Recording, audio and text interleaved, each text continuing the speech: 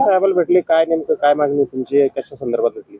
परवा माझी गाडी कृष्णा गायके नावाचा भाजपचा कार्यकर्ता, जो या देशाचे माजी केंद्रीय मंत्री रावसाहेब पाटील यांचा कट्टर कार्यकर्ता म्हणतो स्वतःला, त्यानं माझी गाडी फोडली. ते गेले 8 दिवसापासून तो सोशल मीडियाच्या माध्यमातून सांगत होता. त्याला बऱ्याच आमच्या बांधवांनी समजून सांगितलं की तू असं का करतो.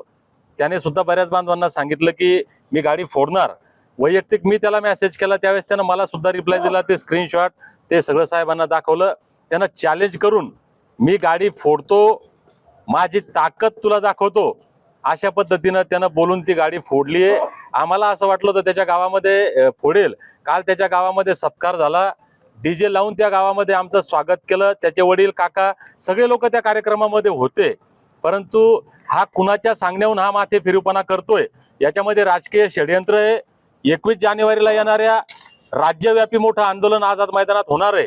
मी राज्यभर फिरतो, समाजाचं मोठं आंदोलन होतंय आणि हे थांबावं, माझं फिरणं थांबावं, माझ्यावर धाक निर्माण व्हावा, यासाठी जाणून बुजून केलेलं हे राजकीय फार मोठं षडयंत्र आहे.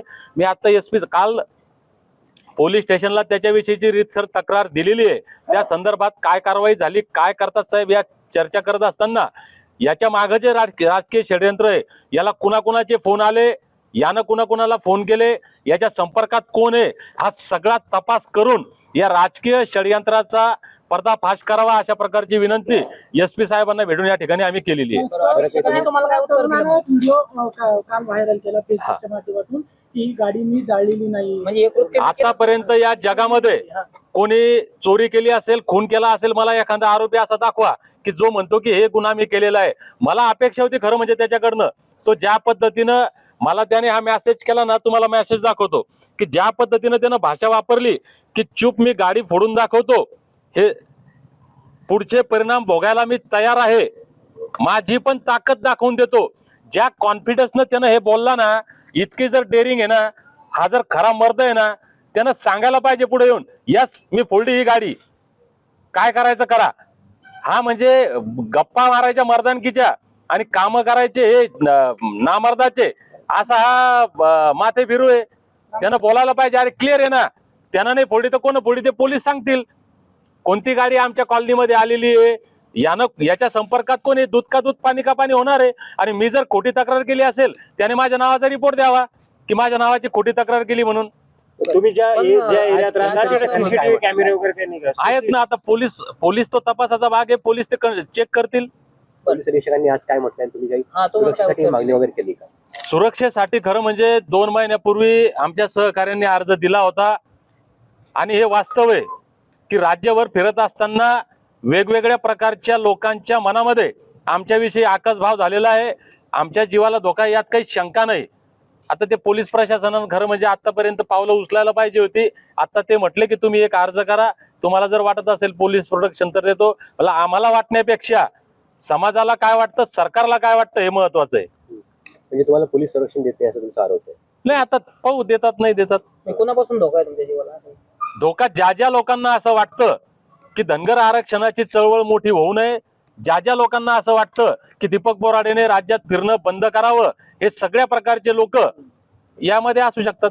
सर, तुम्ही सीडीआरची मागणी केली त्याच्या, असं कसं सुचलं, का बरं? कारण मी पोलीस खात्यात काम केलंय ना, मला हे सगळं तपास कसा असतो, काय असतं, हे सगळं कळतं. म्हणून त्याच्या मोबाईलवर कोणाचे फोन आले, त्याचं टावर लोकेशन काय होतं, घटना घडली तेव्हा त्याचा मोबाईल कुठे आहे, त्याच्या मोबाईल सोबत इतर कोणते मोबाईल होते. कारण हा एकट्या माणसाचं काम नाहीये, ही बुद्धी एकट्या त्या नालायकाची नाहीये, ही कृती एकट्याची नाहीये. या षडयंत्रामध्ये इतर लोक सहभागी आहेत. आणि ही घटना घडत असताना याला अंजाम देण्यासाठी सुद्धा याच्या सोबत लोक आहेत, एकट्याचं काम नाहीये. असं काय घडलेलं आहे की ज्याच्यावर तुम्ही आरोप करताय तो तुमच्या समाजाचा आहे? कोण काय घडलेलं मागे? समाजाचा घरका भेदी लंकाट आहे, हजारो वर्षापासूनचा इतिहास आहे. बाहेरच्या माणसाची कुणाची बोलायची हिंमत नाही. मग याच्या मागे राजकीय षडयंत्र. याच्यामुळेच तर म्हणतो मी म्हणतो हा रावसाहेब दानवेंचा कार्यकर्ता आहे. रावसाहेब दानवे माझे राजकीय विरोधक आहेत, ते भाजपचे नेते, हा भाजपचा कार्यकर्ता आहे, भाजप माझा विरोधक आहे. भाजपला वाटतंय दीपक बोराडेचं आंदोलन मोठं होऊ नये. मग जर त्यांनी खुलासे करावेत, एकतर पोलिसांनी प्रामाणिक तपास करावा किंवा त्यांनी खुलासे करावेत. रावसाहेब दानवे सांगावं त्या कार्यकर्त्याबद्दल त्याचं काय मत आहे. ही गाडी फोडली आहे त्यांना पटलं का? आज ही जी घटना घडली आमच्या कॉलनीमध्ये आमच्या परिवारामध्ये दहशत निर्माण करण्याचा हा प्रयत्न केला, याचं समर्थन रावसाहेब पाटील दानवे करतात का?